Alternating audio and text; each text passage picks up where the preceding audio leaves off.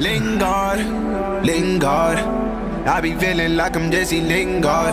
They fucking with us now, but we been hard. Got me feeling underrated like I'm Lingard.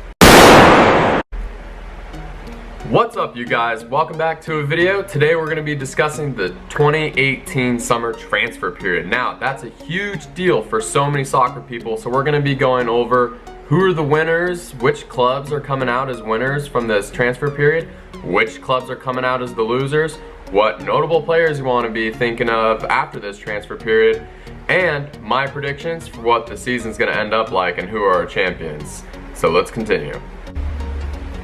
First, we're going to look at notable winners of the transfer period. So I've got a list right here for you, and as my number one, I have to go with Liverpool FC. They've made so many changes to the squad, adding Alisson, Kayeta, Fabinho, Shaqiri. They've been making moves, and it's going to be a strong team to contend with during this Premier League season, and you'll see later why.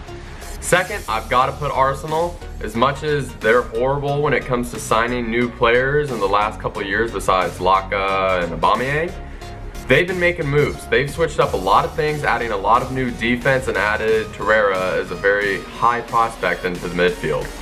Looking at number 3 may come as a shock to a lot of people, seeing that Courtois has literally just left the club yesterday. But that being said, Chelsea also managed to hold on to Willian, Hazard, Conte, and all these other players that have been noted with transfer rumors to other clubs, especially Hazard and Willian. As much as this team is going to be happy with keeping all these players, in the end, Jurgen Klopp will be the one smiling after this transfer period. Moving on to quickly to note a couple of honorable mentions for coming out of the transfer window the best. We have West Ham United, who have made big signings in Lucas Perez, Philip Anderson, and Yarmolenko from Dortmund. These are major key signings and could be running that attack for West Ham this season, which should be interesting to see where they finish. Secondly, we're looking at Fulham. Fulham have been on the move as such a small club of big signings. Asiri, who no one would have possibly thought would be going to this club. Chambers from Arsenal, as they picked him up as Arsenal just decided to release him. And then who was the other? Schürrle. They decided to go and get Schürrle on loan from Dortmund, which also could be huge for such a small team playing in the Premier League. I believe they could be taking some points from bigger teams this season with that attacking force. Making a quick statement of how Everton is also one of these more honorable mention teams, as in literally on transfer deadline day, they snagged 2 Barcelona players, only having to deal with a 2.5 million loan for Andre Gomes, which honestly that's a hit to the Barca fans, as we were hoping to get a little more cash from them.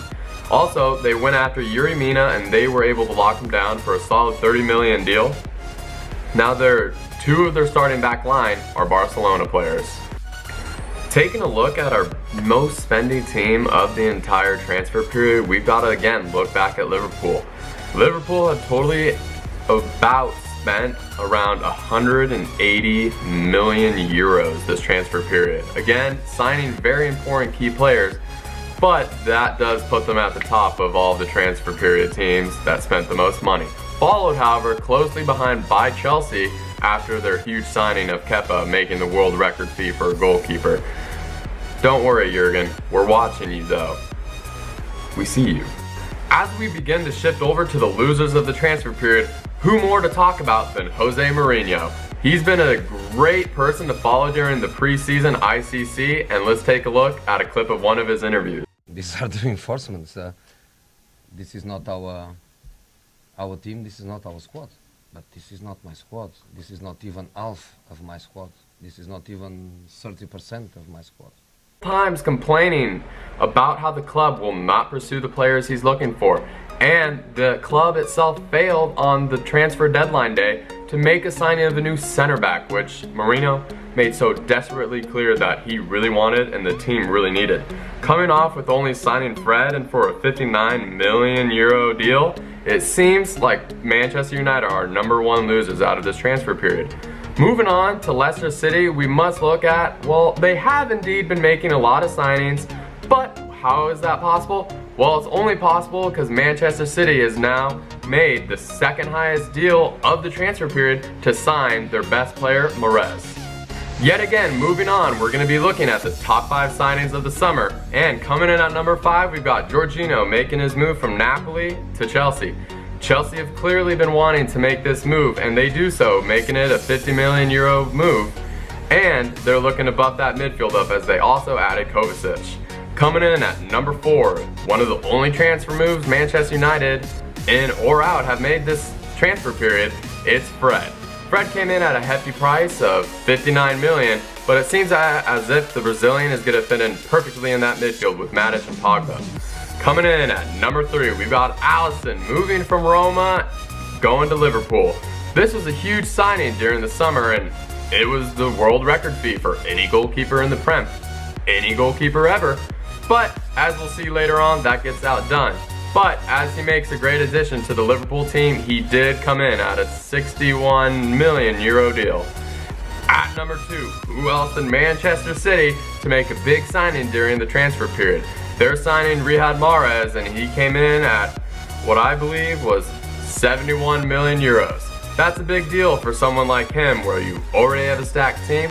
However, I think he's going to be a very crucial player when it comes to those lower tier games that Manchester City get to play and make sure that they don't drop points during them. Now, coming in at our number 1 transfer of this transfer period, we've got Kepa. As you can see, Courtois has ditched his club in a forced move that he wanted to Real Madrid. But Chelsea didn't go unanswered, as Willy Caballero cannot be a starting goalkeeper. Chelsea went out and activated the release clause of Kepa.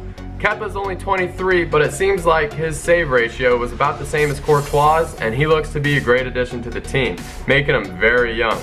He came in at a whopping 80 million euros for the club, but it was a much needed addition and they could drop all that money on it because it was so important for him.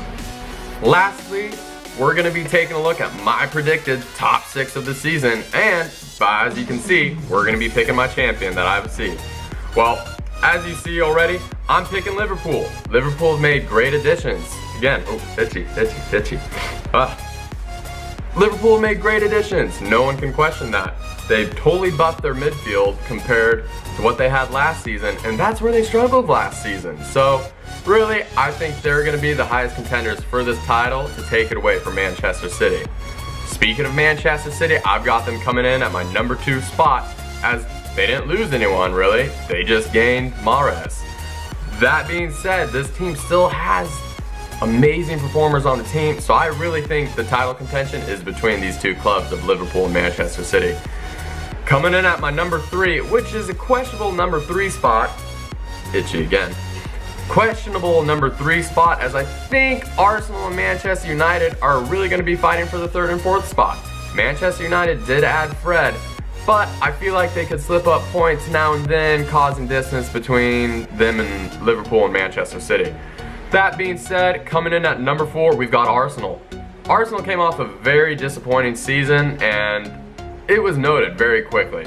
Arsenal obviously had to go out, spend some money in this transfer period, get some free signings, and they did so as they came in at a huge, staggering bombardment of picking up players. Leno, Lichtsteiner, Torreira, Socrates. It's huge signings for this club that is known for not really doing too much during these periods.